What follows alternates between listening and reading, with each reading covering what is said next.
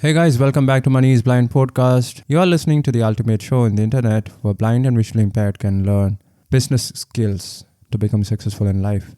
I'm your host Prasoon, and today's episode is about the purpose of your life. If you want to become successful in life, you need to define a purpose. So this chapter is also inspired from the book Grit by Angela Duckworth. I think this is the third or fourth episode that I am publishing based on that incredible book.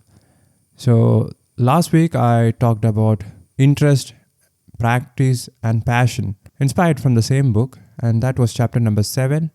So I'm now at chapter number 8, and this chapter is called purpose. So what is the purpose of your life? If you want to become successful in life, after you have defined an interest and after you have started your practice sessions, 10,000 hours, 4 hours a day, 20 hours a week, then Angela says that in order to become successful in life, it depends upon how you see your passion, how you see your interest. What is the job that you're doing? She says that there are 3 kinds of people, and she quotes several examples from her research, from her psychological perspective, and also from several scientific evidence. She says that a person who is laying bricks, so this is just one example. A person who is laying bricks can view his life in 3 ways. He can say that it is his job, it needs to be done, and that is why I am a bricklayer. Another type of person who is doing the same job can say that I am building a church, because he sees the bigger picture a little bit more bigger than the ordinary guy who just says that he is just laying bricks. This guy, he is building a church. That is what he believes. And for that, he thinks that this job could be like a career. His job can be the stepping stone to other types of jobs. And so he is doing bigger things. And the third type of person, he will say that he will also be laying bricks, but he will be saying that he is building the house of God.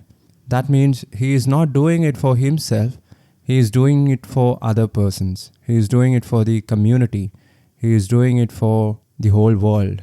So there is another perspective of viewing the same job. In the first 2 examples, they are doing it for themselves, for their interest, for their development, for getting money. But in the third case, when there is a calling, he is doing it for other persons.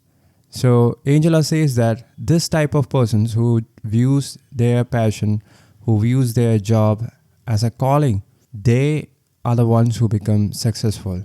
They are the ones who are the grittiest. They are the ones who become famous, wealthy, and noteworthy.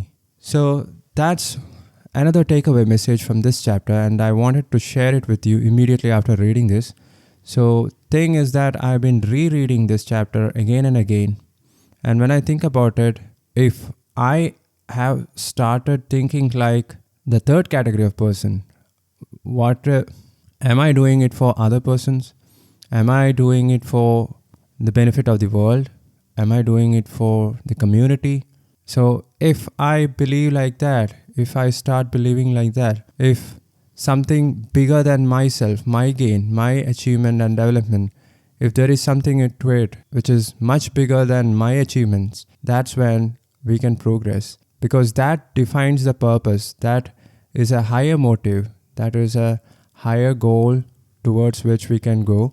That is a well-defined purpose which has a strong motivational factor in it, which can keep us moving forward for several years, even decades. And that's how we can become consistent and persistent in whatever we are doing.